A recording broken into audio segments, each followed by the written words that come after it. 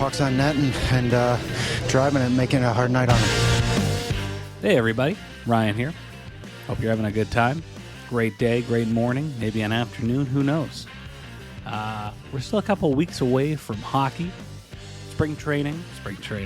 Training camp isn't quite started up yet. You know, players are returning to their cities, their teams to skate around and pal around and do the grouse grind and fun stuff like that. We're not quite there yet. You know, not too much is happening in Canuck land. Danny DeKeyser is the topic du jour in 2022. So that goes to show you how much there is to talk about. So with us being a couple weeks away, we wanted to shine some light on a couple past interviews we conducted with the onslaught of summer content we put out, mainly being the deep dives of the last Canucks season and our JT Miller emergency episode. We got some new followers, some new subscribers, and maybe some folks that haven't been around here as long as some others. And so we wanted to showcase some episodes, some past interviews that we're really proud of. And this first one we're going to pump out is from a few years back with Kyle Wellwood. Kyle Wellwood came and joined us on Geeta's couch at her palatial estate on the 23rd floor, and was a great conversation. He talked so much in depthly about his time with the Leafs, the Vancouver Canucks, the paparazzi photo of him with a cast and maybe not looking like he's in game shape, as well as talked about playing with San Jose and even playing in the KHL and just the unusual customs there in terms of payment or, just ways of doing business. Like, this was a tremendous interview. It was a great conversation. Can't recommend it enough. So again, if you've been here for a while, maybe you're marking this one as read. That's fine. But if you're new here, this is a great interview, and it's from a few years ago. But damn, it's pretty good. It's pretty evergreen. He sheds a lot of insight on the 2011 Vancouver Canucks core, and just is very frank and very honest. So we hope you check it out. We're not here for a couple more weeks, but here's Kyle Wellwood.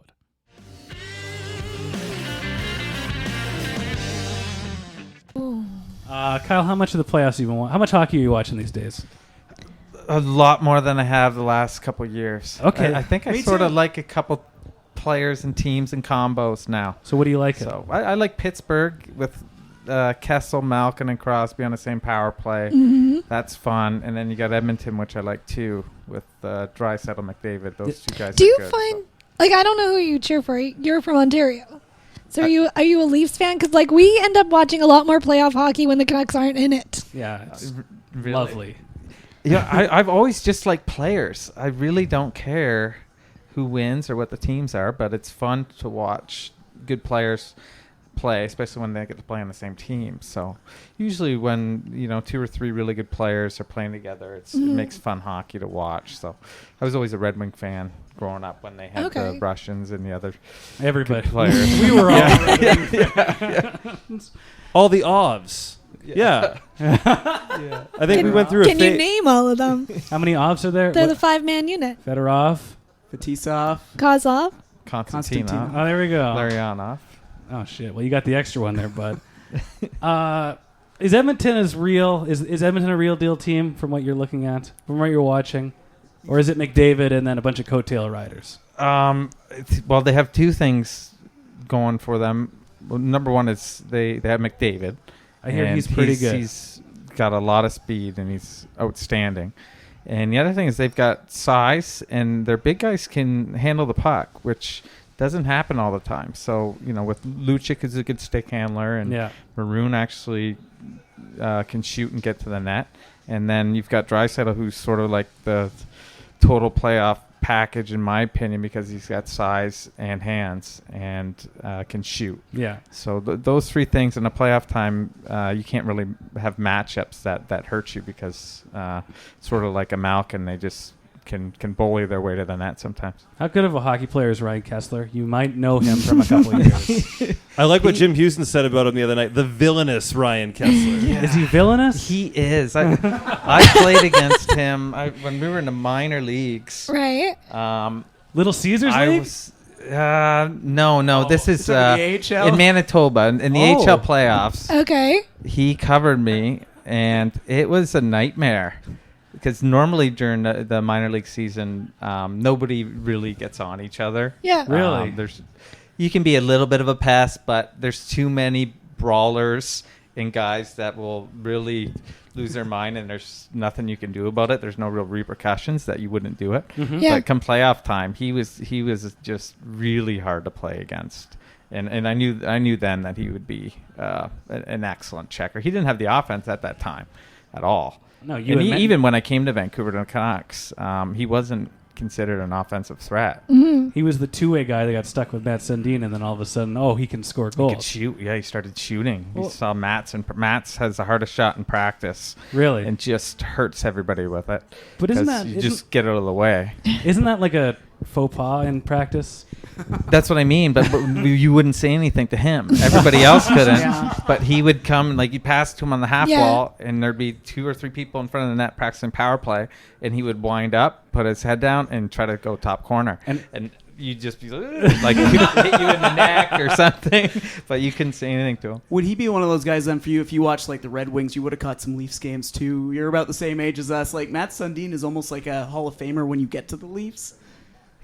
Is it weird to be playing with him? Yeah, I think he's just larger than life too. You know, he was the captain there for so long, Right. and he was their only good player Come on. until McGillney came. Yeah. Really, he was their only. Oh, I thought you were talking guy. about Stumpy Thomas doesn't do that. I thought you were talking about Yeah. when you were on the Yeah. team. And I'm Yeah. like, Kyle, come on, you had some good years there. No, but I mean elite. Oh, yeah. Elite type Yeah. player. You know, Right. he sort of had to carry the load for everybody. So is he running that dressing room? Is that He his was team? running the dressing room and the media. He hosted parties. He was the ultimate captain. How come? What was he like when he came to Vancouver? Because I mean, it was pretty like it was the first big kind of player that the Canucks had in a long time that was signed. But then he didn't show up until January. Like, what was it? A different Matt Sundin when he got there? No, he was the same guy, but I think he was just looking. He really wanted to win the Stanley Cup because he's been Right. the captain for so long, and he won the Olympic gold, Yeah. which is super important to Europeans. And you got 30 teams in the NHL. If you're not in with all the good players, it's a lot harder to win than if you're just on a team with good players. So he had his chance to come. Play What with year some did good he players. come to Vancouver? 2010. No, 2008, 09. Was it 08, 09? It was the first year of your guys' struggles with the Blackhawks. Yeah. So I mean, he came and he had an excellent playoff. Like he was dynamite in the playoffs, which is what you wanted. So, it's tough that the Blackhawks were so good those They were couple years. They were pretty good. They were They really got good. They got a couple guys. They got a couple guys. They were good. So. I don't know. This year I saw them play and just they're getting old now. What do you thought? Do you a little upset when you still hear Chelsea Dagger? Or was that not as? Yeah. I don't like the Patrick Kane songs were always the bad ones. They were bad. Yeah, so do you think they need to blow that up now after they went 4 straight? Like they went 4 and out against Nashville. Is it a tweak situation, or is it like a complete like let's get rid of a couple of guys, like major guys, and kind of rebuild it from scratch? I definitely don't think they need to rebuild. Well, is it not back-to-back years that they've gone out in the first round? Yeah. Correct, Yeah. I just think the competition's a little tougher. I think it might be good to lose in the first round a couple years in a row to get some more youth maybe somewhere in their lineup. Yeah. So we'll see though. I mean they went so far for so long that it would have been hard to give the young guys spots, but they might now. That's a lot of hockey to play too every year when you're going A lot into of June. hockey. Every season, it's a grind. Then you got to play that made-up World Cup that nobody knows what's going they also on had there. that. It's a good thing they get that Olympic break this year. Yeah, you going to play for Canada at the Olympics this year? Hey, If they call, So no. You still play hockey? I do the Canucks alumni around town. Okay. So but that's all. That's all. Dave, you looking? Dave's. Oh, we're full up, Kyle. I know you're dropping hints, man. But the 30-plus ASHL at 8 ranks is a pretty heavy league. Some really good players in there. Is Cliff Ronning playing on that alumni team? Oh, definitely. 'Cause he shows up for every event. He's great.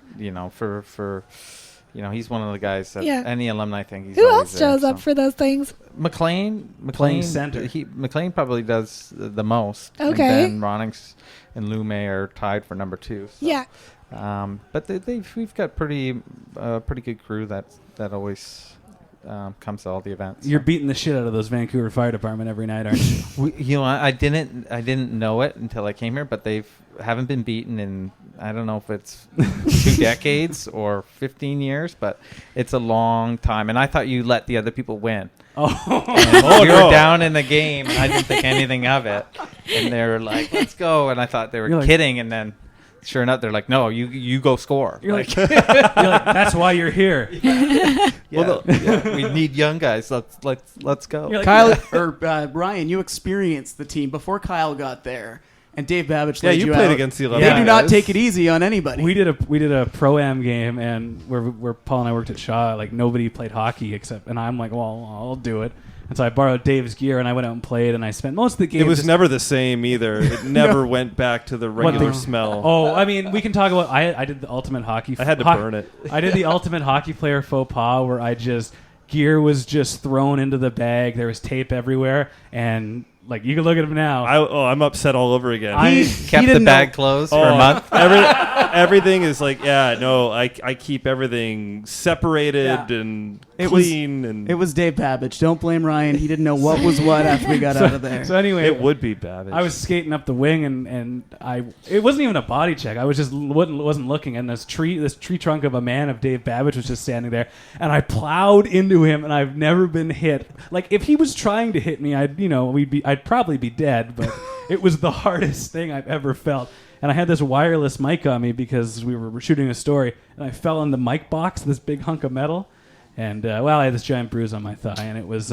We know what you guys do to these folks. The bruise helped you with the chicks, though. It was good. Oh yeah, it's like my softball scar. Hey, you got a softball team?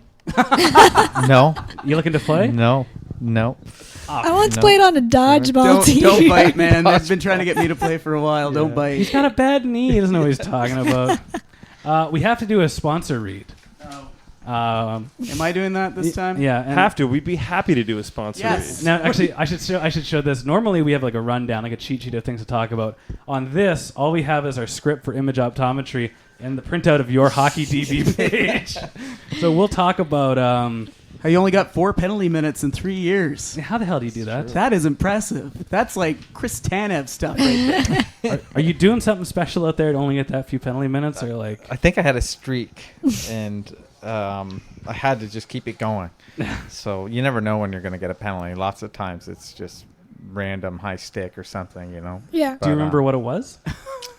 I think it was a high stick, but I'm not sure. Usually I got high stickings or something.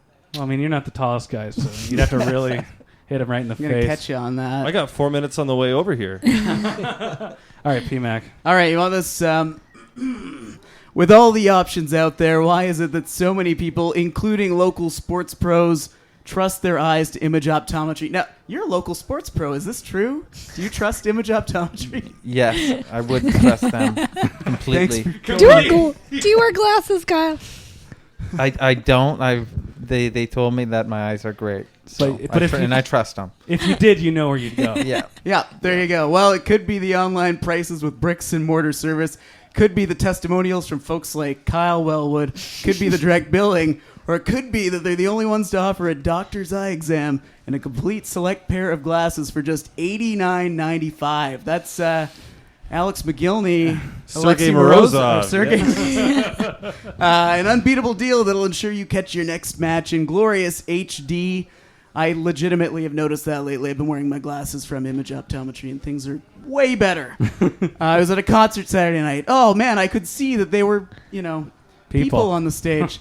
I mean, what else did you expect from the most affordable eye care chain in BC? Image Optometry, the official eye doctors of the Canucks, and Pucks on Net. And PMAC. And PMAC on the street, online at image.ca.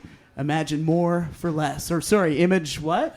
Image, there you go. We totally killed it. We were coming in hot. I had an awful day at the office today. I just don't have the cause in me. So now, Kyle, this is part of the show where, I mean, Hey. We got a hockey game. Empty For a netter tape here. podcast, us commenting on a live game is not great radio. Great, but yeah. Evgeny Malkin just scored, and we're very excited. He's gotta. Well, it's 2-1 now. It's a real game. So this is the part of the show where we want to ask Kyle not about NHL, but mainly the OHL and Okay, I've been dying to ask Kyle this question. Geeta's a huge Jason Spezza fan. I want to ask you about that epic trade in 2002 when you went from Belleville to Windsor for Jason Spezza. I didn't know Jason very well, but Any knowledge for her would be great. Yeah, just what was that like for you? for me, well, that was my hometown, and I had asked for a trade. So. How come? Yeah, I was sort of didn't like living away from home at that age. Yeah. You know, you spend 2.5 years, and you just sort of go, yeah, I'd rather be home. So Yeah. you sort of ask if that can happen. Oh, so you And went to sometimes Windsor. I went to Windsor, Oh, my- okay, my yeah. hometown. Yeah. So, and they were, they said they'd call and see. Yeah. And then once they realized they could get Spezza, they did the deal. So. Because, I mean, Geeta alerted us. Well, because both of you were like the previous year, both of you had excellent seasons. Yeah, and I think Windsor knew that Spezza was going to play pro Right. next year, where I had another year junior too. Yeah. So, Windsor was happy to have the extra year. Okay. With My the- 19-year-old year. My whole family's from Windsor. The only person I've ever met that actually wanted to go back to Windsor after they left. No wonder he was a Red Wing. Well, they weren't still in Ontario, I don't think. I know. No, yeah, my parents they exited and went to Vancouver. I think in the early '80s, late '70s. But yeah, they grew up. My dad grew up on Roseland Golf Course and went to Assumption High, Okay. and I didn't have to, Oh. which was nice. That's why you're here. Who was playing on the Windsor Spitfires back then? Who were you playing with? Steve Ott was on the team. Right. Tim Gleason. Oh. I don't know how many other NHLers. You know, that's pretty good. 3 NHLers. Oh, yeah, on that a played junior quite a team. while. Well, Steve Ott's a pretty quiet guy. Yeah. Steve Ott. Doesn't say much. Yeah, so I think that's maybe Yeah. Cam Jansen. I don't know if you remember him. Oh as yeah, a big fighter. tough guy, big fighter. Tough guy. Yeah. He was on the team. Let's skip ahead just because, like, after you played for the Canucks, we always ask a lot of questions about the KHL on this podcast, and When we talk The about mystery it, we don't know league, what we're talking about. and it's just you don't know what is going, what to expect from there, and it's like you went from a good Canucks team in a Canadian market, went to the KHL, and then went to the Sharks, and I'm just like, what was the KHL like? The bigger ice was the biggest change, Yeah. I think, and they sort of play a little bit like soccer management rules, where every weekend games like Yeah. life or death. Where in North America you play so many games Mhm. all the time that you're really just taking things month by month. Yeah. Right, where there it was like every game, like you had a bad weekend, you had one loss, one tie, and they would fire the coach, or Really? like Oh. the assistant coach, where the goalie would have to do extra work all week long, and you went twice a day in practices. Two-a-days. Two-a-days. What team did you play for? Matishi Atlant. But they also had Where are some they guys located geographically? 35 minutes It's near Moscow, from right? Moscow, Yeah. Okay. but the traffic there's Hey, look. incredibly bad. Holy shit! Sorry, Kyle.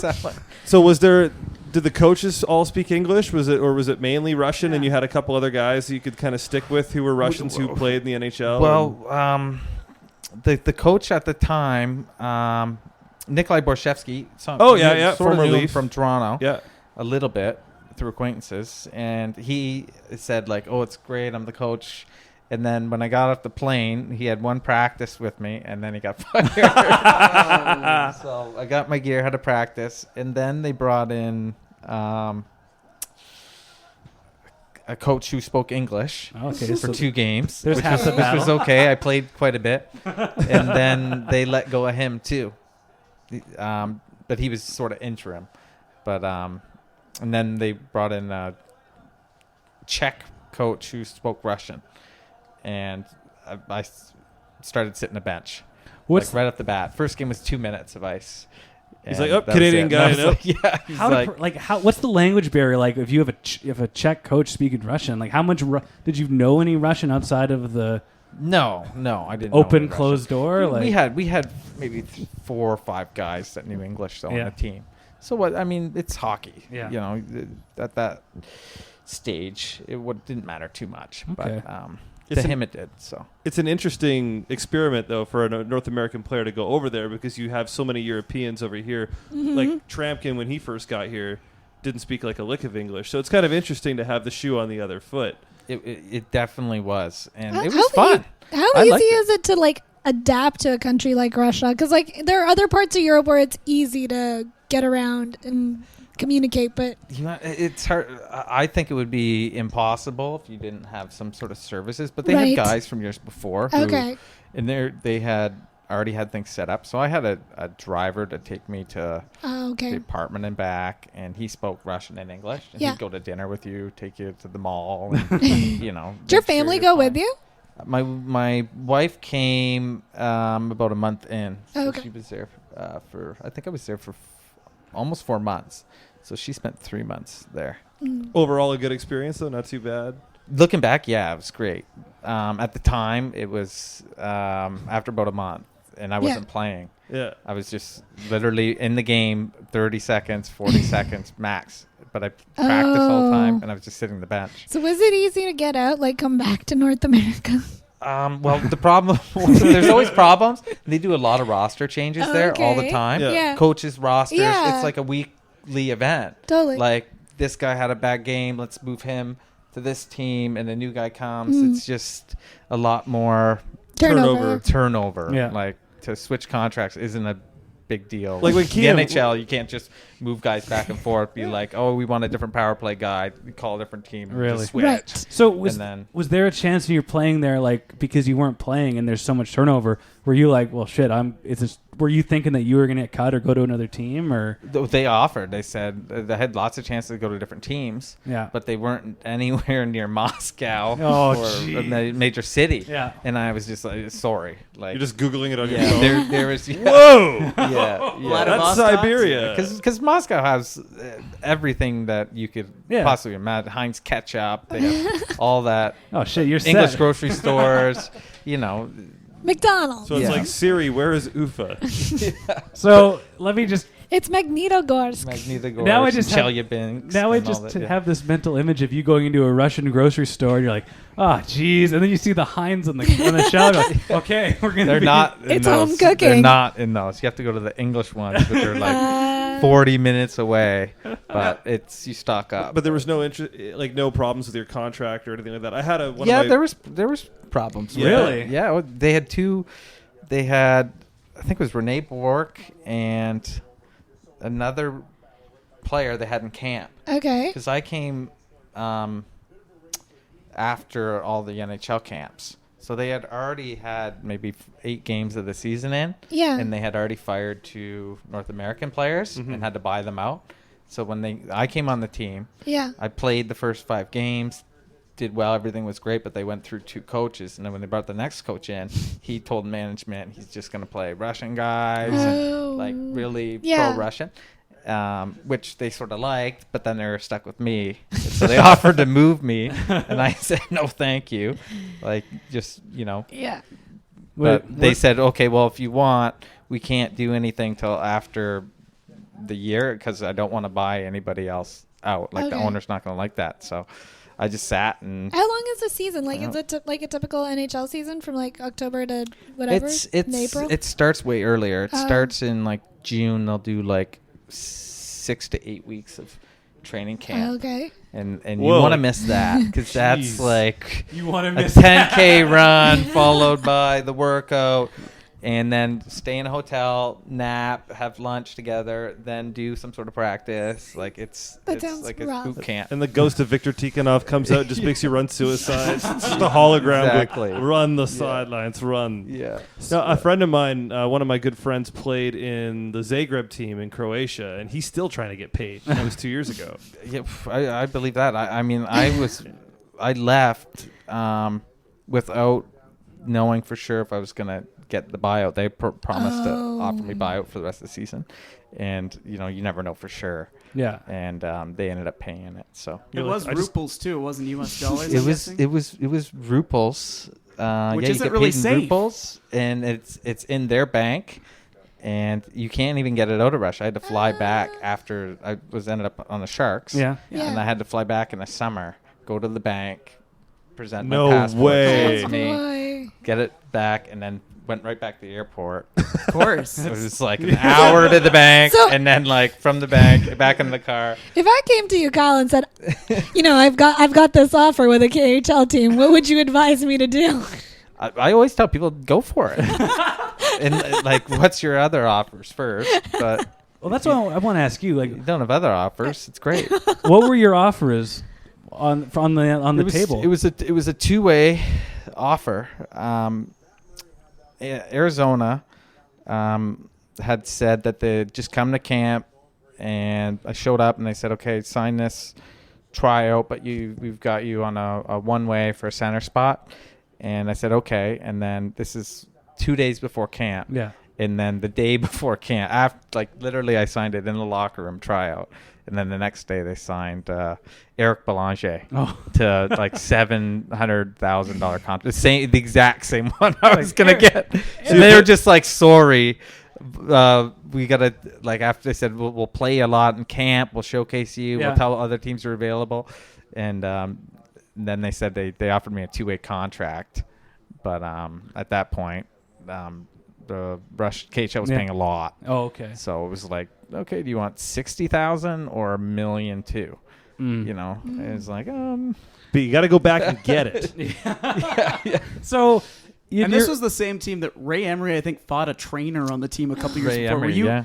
afraid of anything weird happening while you're going He just tried to put a hat on him. Yeah, I had his driver, so it was good, And I think there was another goalie before Ray who had the same driver. Pavel was his name. He was great. Okay. So, I felt comfortable, I mean, if I knew Ray. I played in All-Star games in junior with him. Yeah. I'm sure he had a good reason to fight the guy. I'm not trying to throw him under the bus. I actually knew him pretty well, so I would have Ray if he got in a fight with somebody, it was legit. not abnormal to me. It was like, I'm sure the guy was pissed Did off. you ever and he meet had to do that something. trainer? Yeah. They taught. They loved Ray. The trainers thought it was the greatest thing. He kicked my ass. Yeah, they were like, he was like, I was on YouTube. They're happy. No, they didn't think it was a bad thing. Probably showed the video at his wedding. He's like, look at this. I'm an internet star. You were playing on that team. Who was he playing with? Jan Bulis and Fedorov, I think, was on that team. Yeah. Who's a famous former Canuck. Yeah, he's actually played in Windsor Spitfires. That's right. Too. Okay. Yeah. So I sort of knew him too. He grew up in Detroit because his brother looked they were after still him. sort of living there, or their parents do. Okay. At the time. So, but Sergey was playing in the league too. Mm-hmm. Yeah. So Sergey was there. We played against Sergey. Were those the Yager KHL years too? Yager was there too. Yeah. So Good time to be there. How were they playing? What was their compete level like? Not. I wouldn't say that high. I wouldn't say that high, especially regular season, right? Yeah. And but by the time playoffs came around, people dialed it up. Yeah, you dial it up for sure. Yeah. They got a great looking trophy over there. I love that Gregorian Cup. It's so big and golden. Listen, that's a soft spot, all right? That's a sore spot for Kyle. His name's on that trophy. Yeah. Why would you bring that up? I didn't even play in the Did your playoffs. team win that year? They went to the finals Oh. too. But you were gone by then. I was gone. So how do you go? How do you come You back? took your Heinz ketchup and left. Yeah, I brought it in the locker room and gave it to they all fought it over it. I drove 40 minutes to get this. Yeah. Who wants it? First one. So was it San Jose that called and that's why you left, or did you leave and then get the call from San Jose? I left and then had to get a release, which they gave me. Mm-hmm. And then St. Louis, I actually had way more. I had 3 or 4 calls, 4 teams. Yeah. And I had none all summer. Nobody wanted me. And then you come back after sitting on the bench and 3 or 4 teams And you're call like, because they have problems. They're sick of watching their guys. It's January. Well, you were complaining in English, but they didn't understand you anyway. It's like, give me some ice time. They're like, I think he's happy. Yeah, exactly. He's chatty today. So I'm just. But I was in St. Louis. St. Louis signed me, and then there was some European draft thing, and I took warm-ups. We were going to play LA, and then you had to go on waivers coming from Europe, and then San Jose was actually doing worse than St. Louis, and St. Louis was like 11th. Okay. And San Jose is like 14th in the conference, and then I went to San Jose, and then we only lost like 5 games out of 35 since I got there. It was a pretty good Sharks team. Yeah, they were really good. Yeah. I was going to ask too. You're sort of I think it's a rarity these days. Your junior career, AHL career, NHL career. Other than that handful of games in San Jose, was all in Canada. Were there any? I know we just talked about the KHL, so probably not that kind of difference. But was it different for you going down to the States, especially California, playing a couple of games down south? It was completely different, and it was the most enjoyable by far I ever had playing. Wow. Yeah, it's just like even the management's, I guess, outlook on things is very more relaxed, and all the players feel it, and they're just really secure with their jobs. Where in Canada, you just don't get that. It's like the management's always got pressure on them, and then the players sort of feel like the same thing. So, but in the States, like if you're in Nashville or San Jose, you're just, you sort of living normal. Just come to your job and then go home, and you've got you don't that think about anonymity. anything else. You don't got an old lady at the grocery store yelling at you to get the power play going. Exactly. God damn it, Kyle. Yeah. So now, is it different for other athletes though? You think in those cities, like other sports? The 49ers, I guess, in Yeah. that area, probably. Yeah. Oh yeah, completely. Okay. It would be completely different. But they're the only team. But But they're super friendly towards the team, and they're not intense. Like they don't have a question about hockey. No. Like they would just be like, "Oh, where do you live?" Or like, "What's your favorite restaurant here?" Like it's not anything remotely hockey related. But there's good support. Like I've spent some time. That's one of the only arenas outside of Vancouver I've been to for the NHL. There were a lot of Sharks flags, bumper stickers. Like they do support the team down there. Well, they're the only team in that city, so they're very well known, and they've been good for a long time. Yeah. So yeah, It can definitely work in the South. And you look at places like Nashville, where it's like the only game in town. I think that's kind of the key to the success of those franchises. This is it. Like this is the major professional sport that we have in this city, and we're going to support it. Next year's going to be interesting with Vegas. I don't know. What do you think? What are your thoughts on that? Is that going to work, or it depends where the arena is. I'd have to see, but it's like right on the strip. If the arena's on the strip, it's going to work. Isn't it fine. right inside the Mirage? Well, yeah. Elton John does the anthem every night, does a full show. Then Celine comes out and closes up, and they play a hockey game in the middle. Celine does she comes in for the Canadian national anthem. You get the buffet. You watch Connor play. He glad hands the high rollers in between periods. It's going to be great. Exactly. When you talk about like they're not bugging you, and you get these "what's your favorite restaurant?" questions, like what's the most intense thing you encountered, like in Vancouver or Toronto, of just fan on the street or fan at the grocery store? Vancouver, people ask about it, but they're friendly. Yeah, They'll the ask all Cactus the time, Club. but they're friendly. But in Toronto, they're like so serious, and they want to tell you something about somebody or something. Like your day-to-day. I might not even have leg. been on the team at the time. They're like, Daryl Sittler, like he's the best that ever played. You don't have guys like that on the team anymore. And you're like, Oh, Okay. yeah, just buying some Heinz ketchup. nice to meet you. Yeah. Dude, I'm do you just want me to sign your ketchup? I'm just trying to get into Whole Foods. It's like, you're like day to day with a leg injury. Like, roll up your pant leg. Let me see your leg. Dave Keon would have played on that. What are you doing?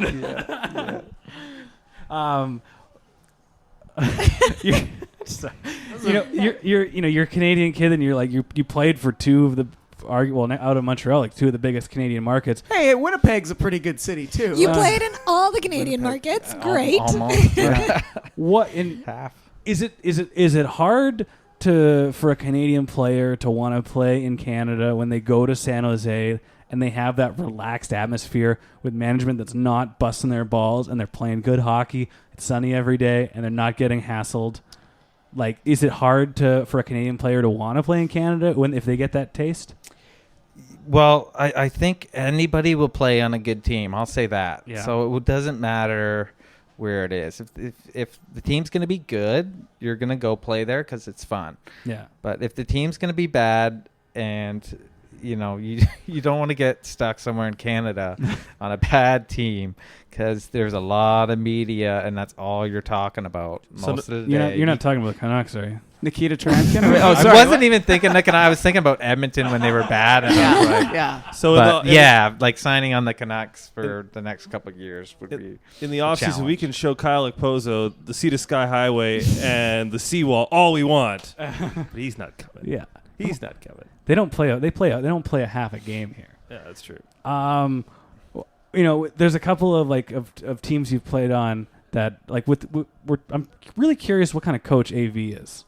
Because he kind of had not a bad reputation, but like a relaxed. He ran a country club. You always hear that in the media. He ran a country club. He's a player's coach. You played with him, and he's coaching the Rangers, and he's not having the best go right now. Hey, he's in the playoffs. Yeah, that's true. He's in the second round. But I'm just curious, what kind of coach is he? What kind of room does he run? What kind of team does he run? Well, he lets everybody play. Yeah. And he picks guys that he likes, and he plays them. So he sort of sticks with that, Okay. right? And you know what you're getting with them and who he likes and doesn't likes, and he'll stick with what he's doing. So that's one thing that, and yeah, sure, maybe it's a country club, but everybody trains hard on his teams, and if you didn't, you wouldn't be playing. And he's pretty good at not playing guys he doesn't like immediately. Okay. Like when I came on the team, he didn't like me. And I was almost in Russia, right away. Wow. I was only on the Canucks because Dimitri and Kessler got hurt Right. in one game. But I was already on waivers and off the team. Really? And then, yeah. What year? That was when the whole McDonald's thing came out, and Vigneault said I wasn't fit to play.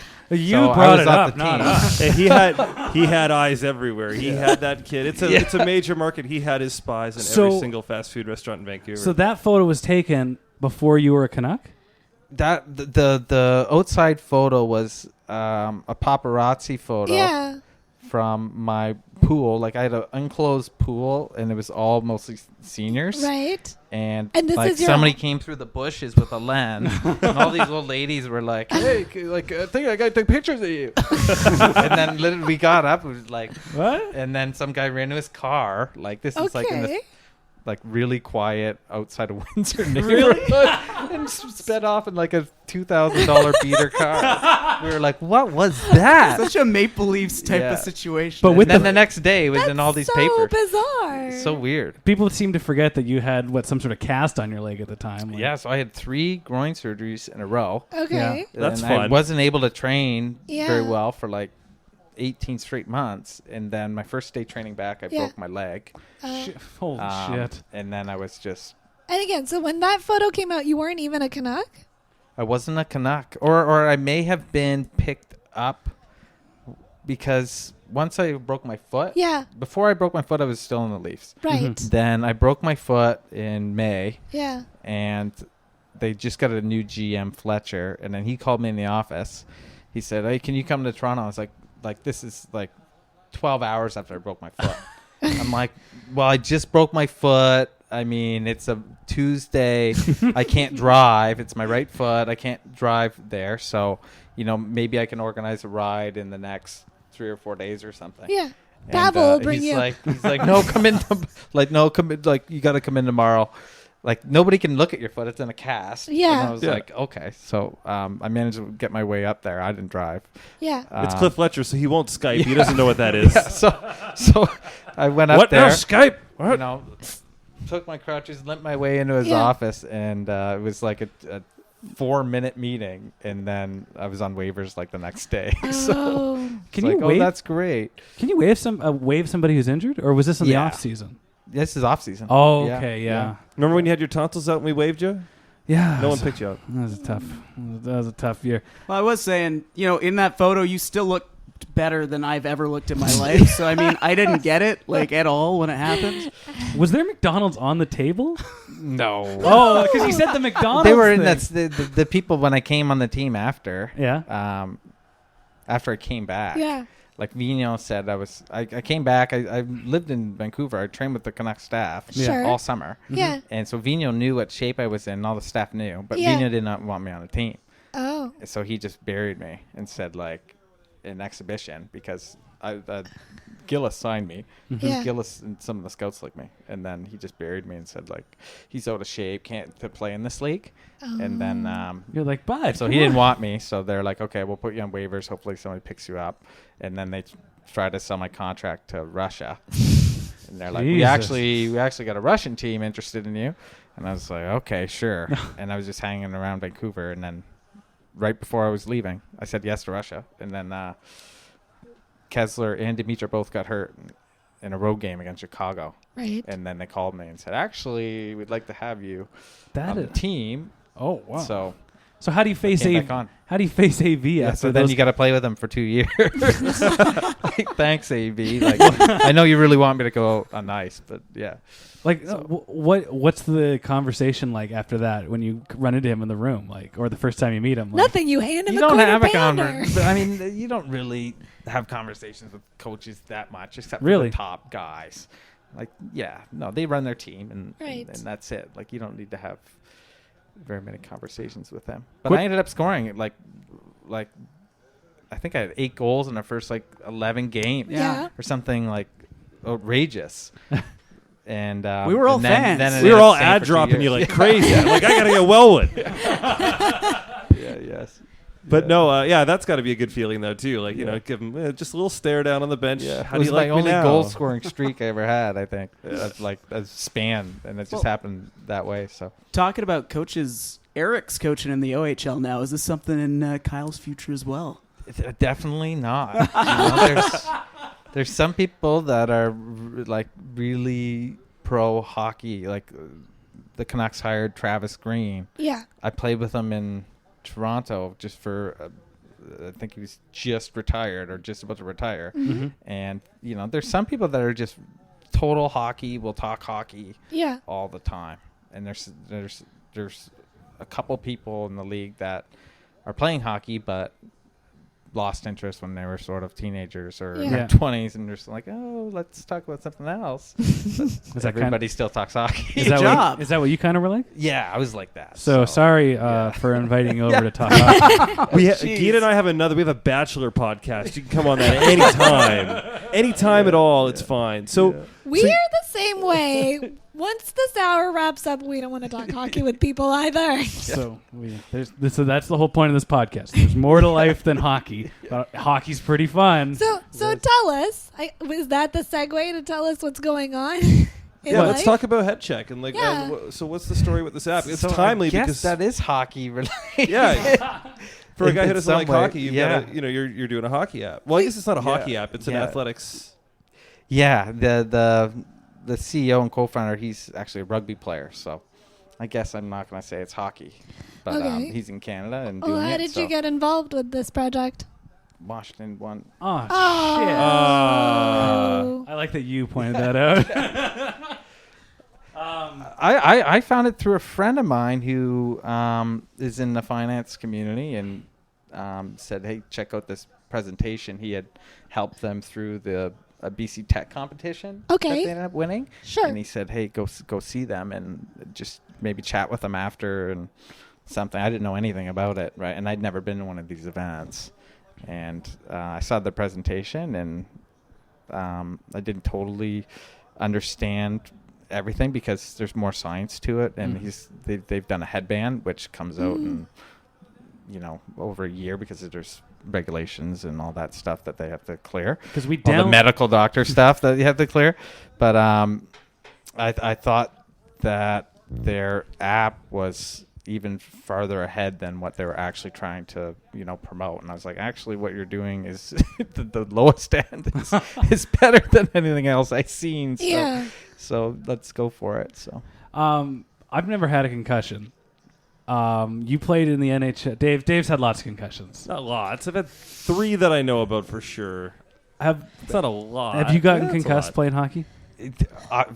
I like to say no, but I definitely think I did Yeah. several times. I've been on the bus where, Yeah. couldn't had trouble finishing the game and been on the bus where, you're dizzy and you just sort of hope it goes away. Mm-hmm. Really? But I mean, it's totally different now. It's only changed in, I guess, 10 years, but the NHL's gotten a lot better at monitoring what's going on, at least, instead of you taking a shot to the head, then saying to the trainer, let me go skate out there and see if it's better. Take it for a whirl. Let me take another hit and see if I got hit again. see if that one.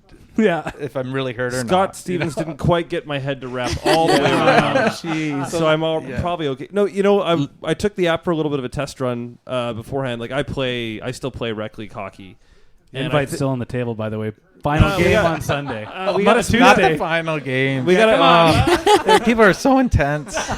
They get so mad. There's a lot of accountants and lawyers out there who are really this is their Friday Night Lights. You talk about getting intense. Games at 5:30. Dave, you're leaving work at 1:30. 1 o'clock at half. Gotta get in the zone. The movie's making itself. Doesn't matter. No, but one thing I was going to say is that this is a great tool for people like me because we're not going to necessarily have like doctors and trainers right in the facility. You get hit, or one of your teammates gets hit, it's a good baseline of questions to ask them, how they're feeling, what they're doing before we take them to the emergency room. Because even at that level, you'll see guys take a bad spill because there's a lot of guys who they're not that sure on their skates. They'll run into people. They'll run into the boards. Somebody will take out their personal life pressures and of work and stress and decapitate a perfectly nice person and stranger, which we've seen. Yeah. Like one guy yelled at me and called me Mark and then punched me in the face. I don't know who Mark was, but he made that guy mad. But it's a great quick thing to go. You can just go through it with your teammate, like right there in the dressing room after the game, and be like, "Yep, okay, you know where you are, you know what you're doing, you're probably okay." It's just a nice baseline to have before you take the next step. So I actually think it's that little quick test that you can take on the app is quite good. And what's it called? HeadCheck. So headcheckhealth.com. And it's on. I got it on the App Store. Yeah, it's App Store. It should be Android in the next couple months for the next season. Okay. So that's the big new thing that's coming up. But generally, it's for whole organizations. We can have a trained AT come and test everybody, and it's a lot more cost effective than trying to go to the clinic and get one, and then if you get hurt, you have to make another appointment and pay again. So this is, literally 90% cheaper overall than what's currently going on. I kind of flick through and it just kind of seems like something that if you don't know the side effects of a concussion and you just do the questionnaires and you do the things, like it just seems like somebody without a concussion will do to prevent somebody possibly with a concussion from not going out there to skate it out to see if he feels better. Right. So it gives you information, and it's information you can share with your doctor. And if it's your children playing or high school kids, or if you're doing beer league, and you get your baseline done, you can take your test right after, and then you can then share it with people who know better. Really? Yeah, you just share a link to your doctor, and remotely you can look at it. So that's pretty cool. Yeah. I got a question from Twitter from your brother-in-law, Alan. Oh, cool. Okay. And I swear we have listeners that aren't just Dave's family. And he asked... Hey, he's a broadcaster. He covers a lot of Windsor Spitfire games for Rogers. He just asked, did you ask him about the bull in Belleville and Symbol Man? I don't know what the hell that is. Well, we were the Belleville Bulls. Yeah. I know there was a bull, but I don't think I ever did any pranks on it or anything. It would have been pretty lame if there wasn't a bull. Hit the bull, win a steak. You said Symbol Man? What's the Symbol Man? Listen. Oh, yeah. I think there was a guy that would go up and down the stairs. Oh, jeez. Yeah. With symbols between his legs? I don't know. It's just PK's dad. There's nothing I hate more than like professional fans. Like they did have professional fans. Oh jeez, like we worked for the Vancouver Giants for a long time, and they would ship for the playoffs. They would ship in this guy, the Clapper. No, it wasn't the Clapper. It was like Crazy Pete. Oh, he was the worst. He drank all our beer, and he's just a guy that's gonna yell and wear gloves and hit a drum for like. You need that in junior hockey. I was that guy in Merritt for 1 year. Oh, jeez. Yes, it's on your CV. We saw. Just a couple more questions I want to ask you. Who was the locker room leader on the Canucks when you were there? Like who ran that room? Who was kind of running the show? That's the one that had a mix Really? because the personalities were so different. Mm-hmm. And you had Bieksa and Kessler being aggressive. And then you had Luongo and the Sedins who will say stuff, but they're not as aggressive about it. Well, I guess Right. Luongo could be sort of Yeah. aggressive in his own way, because he's an intense goalie. He's not angry. And- He's just disappointed. No, he was angry, but it was like you're the goalie, so it was. When was he Stop the puck captain? and stop talking. You need to please calm down Yeah. and just play goalie. That's your captain you're talking Yeah. about, Kyle. Yeah, so you're just like, no, please just calm down, focus on the net. So were there like cliques? Is that what you're saying, sort of? Or No, just Okay. a mix of personalities, okay. right? Yeah. And so you had Burrows and then you'd have guys like Dimitra and myself Yeah. and the Sedins who are like would just don't get You stay a little too you're more- high or down and will just want to pass and make plays. And then you'd have Bieksa and Kessler and Burrows that were like, let's punish them. We're gonna kill him. And you're like, well, all Don't right. let that guy get to the net, and then like You got Luongo. yeah, the I other will- guy's like, just stick with it, take the punch in the head for the power play so I can score. Where it was a like classic- somebody hits you in the head, punch him back. And then so you just had this contrast Yeah. of personalities. Yeah, rock It's stars and interesting. artists. It sounds like it's kind of the combination. you had somebody who had one totally different opinion. Well, Like completely different, and it would happen like 10 seconds after. Yeah. Be like, okay, guys, let's get them to take penalties, and then 10 seconds later, somebody would say, like somebody hits you, slash it back. Don't take that, like. I wonder who and was they saying were, the and they first were thing. slashing them back, like somebody hits Well, you, considering get him on the he face-off, hit him first, like. I have a video game cover. Listen to me. keeps doing it in a French accent. I feel like I know who he's talking about. Take him out at the genou. wind deterred. Yeah, Yeah, that guy's a hell of a ball hockey What were player. you gonna say, Paul? wind deterred. That's all. Oh. No. In the. I lost my train of thought. Sorry. One thing that fascinates me with NHL locker rooms, and I've brought this up on the podcast, is kind of like the kangaroo court. What do they call it in baseball? What do they call that? Bang boxing. Have you ever had any instances of your kind of kangaroo court, the locker room court, and if you had to pay up, that kind of stuff? We always did in junior. Yeah. And then it got banned. Really?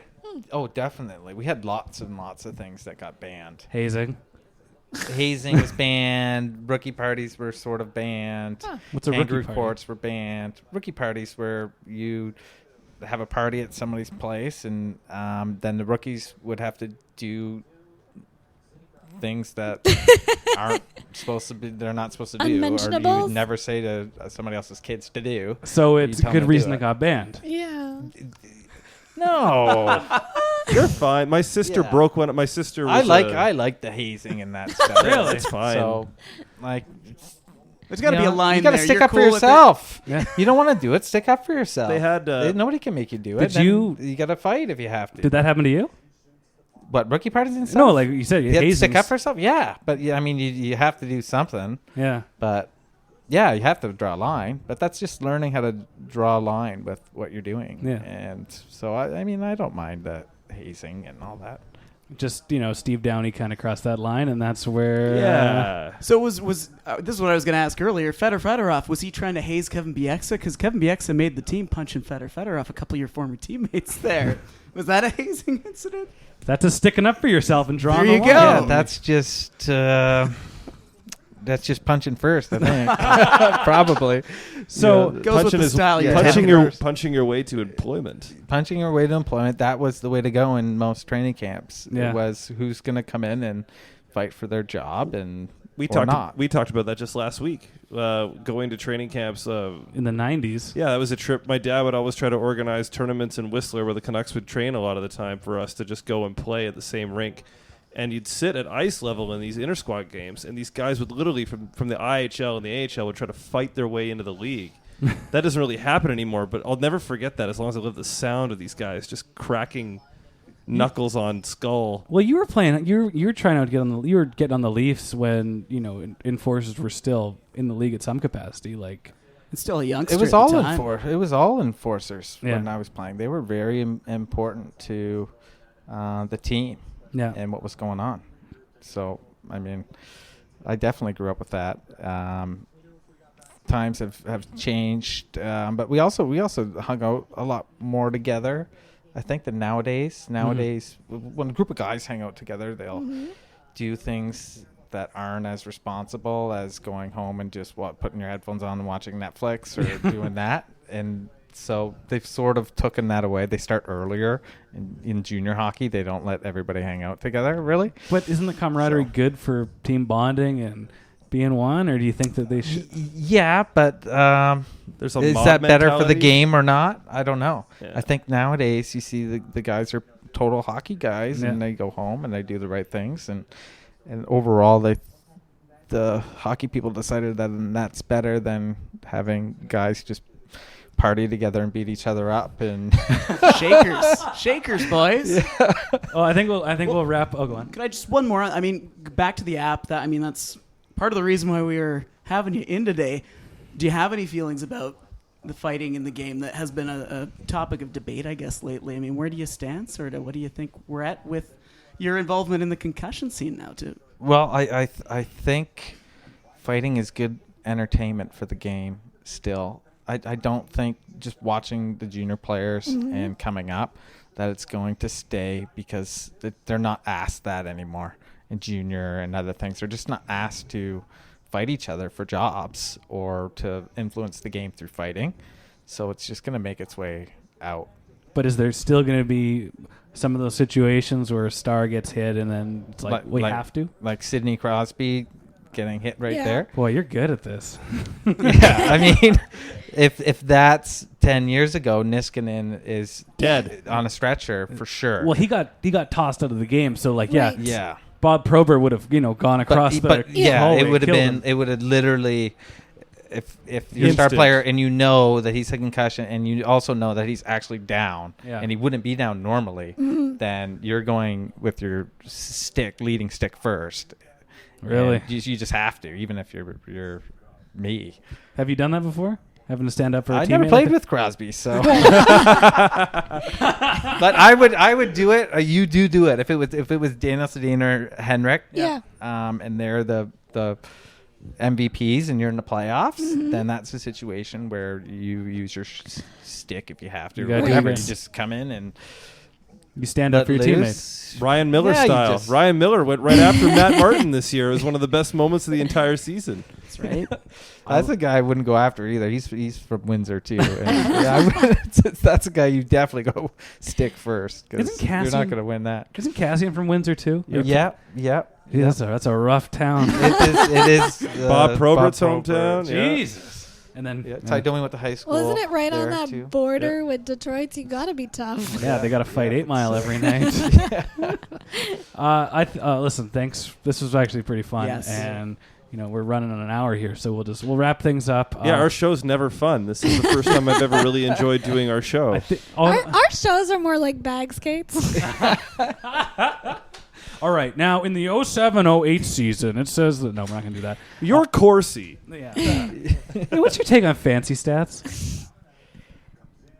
I really, really think they're important, just from playing and knowing. Yeah. I think because I used to play, and then the coach can't tell the difference sometimes Yeah. if you're doing right things or not, especially with young players that come in, maybe look fast, and then like you're in the right position, but they're going fast and they're like way out of position, especially if you have 2 young guys on your line. Yeah. And you're like, this is Yeah. we're not going to score.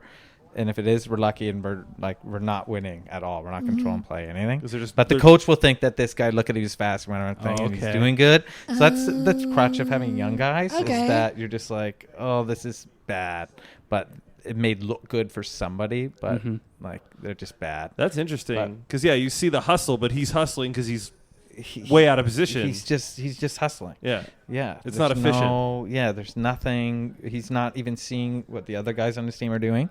He's just skating. Balls to the walls. Balls to the wall. He's And skating they fast. tell Keep to him do out that. there. Yeah, so Yeah. good stuff. But I think one year, when I was on the Sharks, and the year before that, Like, I think I got scored on like 5 times. So my when I was on ice, my GAA was like 0.6 or something. Yeah. Right. Yeah. So if you looked at it that way, they always just take the goals against effort. But there's some players, like on defense especially, Right. that when they're out there, they're helping the goalies average to be like 1.5, and then the other Ds are bringing it up to like 3.5. But you're only talking about the goalie. Really? You know, his Yeah. goes from like 2.7 to like 3.1. Yeah. But it's probably because a D-man got hurt, not the D-man who used to make it 1.5 for most of the game. Hey, he's 20 feet And, behind the play, but he's hustling. He's moving. Because he has to. He's not on his side of the ice at all. The goals against averages went up half a point, up 0.5, but the D are faster. So it's good for that to identify, the players in different Over situations. time. Yeah. Over for sure. time, you can see that some people just are in the right positions compared to others, right? Yeah. We all get fooled all the time. Like Mason Raymond, he was so good looking that we just thought he was awesome. Hey, you played with him. He was those players when they're the 5th player Yeah. and your team's already fast, they can break the game wide open, Yeah. right? So, but if you're on a bad team Right. and they're your topper player and you're asking them to try to use the speed, it's like the game hasn't been opened up and Right. it's not as effective. But once they get on a good team, Yeah. all of a sudden they have more space. Yeah. And you're like, this guy, like, and everybody at the bench is like, get him Okay. out there because he can make a difference. Really? But But he if- can only make a difference with good puck movers. if it's good Right. puck movers and you've already established a little bit of dominance in the game, Yeah. then there's same with Sedins. They were the same way. Like you pressure the other team, you tire out their D, you get them face-offs down low, you open up the game. Yeah. They would just murder the other team's D. Like you just knew, like they were tired, something happened, icing came. They went out on the ice after, Kessler and the other line sort of pinned them in a couple shifts, and like they would just embarrass them. Literally put it in the empty net after like 40 straight seconds, and the guys are like, oh, like on the other team are just like totally. What are you doing watching on the Outmatched. bench? Are you just like, holy shit, look at these guys? Like, Exactly, and you're just trying to set those situations up. Okay, as yeah. a depth player, you're just like, hem them in, get them to ice it, and then throw these guys out and let them Bang sort in the net. of embarrass them. Yeah, is that kind of why the Canucks this year with these Sedins aren't producing the way they could be? yeah. I mean, they're asked to do way too much. They're you know? doing- They're- yeah. There's no they- depth like you they guys just had need to back be in the asked day. to go do what they do best, and that's control play in the offensive zone. Or if the game's wide open, they can do their long plays. Mm-hmm. But if it's a tight checking game and you don't have anybody opening up the game and your D don't pass very well, Right. I mean, They're not going to be effective. it's impossible. Yeah. Even deployment, they weren't getting the same offensive face-offs they used to get. Well, But that's- that's another Yeah, well, because episode. of the confidence too. It's like Yeah. you want to get those young players. Right. They're never going to score if they don't get offensive zone face-off. They're literally. I've played in a Yeah. long time. Some players will never score, like never. We saw that with a couple Like- guys. Brendan Gauntz had a rough go of it this year. Like and- if yeah. you don't give them those opportunities, they're never going to actually make the goal themselves out of any situation. So, like the coach is like, I guess I have to give them those prime time. But he didn't. Willie didn't. They never got the offensive zones. Yeah, well, Yeah, shit But happens. the They young got a new guys coach. got them. What I'm saying is the young guys got At them one point, instead of Sedins. Yeah. Oh, yeah. And then even if the Sedins did get them, it was against the other team's top Right. checkers because you didn't tire out their their checkers on the other lines. So. Absolutely. Yeah. You don't have that Kessler, Samuelson, Raymond line playing behind the Sedin line with Yeah. Burrows anymore Yeah. to wear him down. You've got And then the third and fourth line that also would just check and wear the other team's down and check their good guys. So you just couldn't do it. now we have guys you have to Google every game to find out who is this guy. Like, It's I a remember, like when I was walking into the arena because like Paul and I both work there. Like this guy's coming behind me. I'm like, hey, I need to see a pass. I can't have you trail me at the door. He's like, I'm on the fourth line tonight. I'm like, oh, sorry, buddy. A lot of people say that. Come Yeah, on. sure. You're pretty big, but you're not that big. All right, so we'll wrap up this week's podcast. Kyle, thanks for joining us. Thanks for having me. It was a lot of fun. fantastic to talk about. Just for everybody else, if you want to follow us on Twitter, make sure you follow us on Twitter, PucksNetCA or PucksNetCA. And you can subscribe on iTunes, rate and review on iTunes, leave a comment while you're on iTunes, download the HeadCheck app. And if you want to support the show, head on over to patreon.com/pucksonnet. We have a new backer this week, Next on the Pond out of the Pacific Northwest. He's giving us $5 a month, Kyle. What do you think of that, bud? That's pretty good. It's a couple of ripples there. But you got to go all the way to his house to go get it. Yeah. It's a very similar situation. At the end of the season, we're all going to go to Ducks on the Pond's place and pick up the money. We'd like that $5 American, please. Thank you. And if you want to, make sure you like the Facebook page and just support the show. And after Kyle takes off, we'll do 5 minutes for paying. And yeah. Or you could stay and talk about Netflix.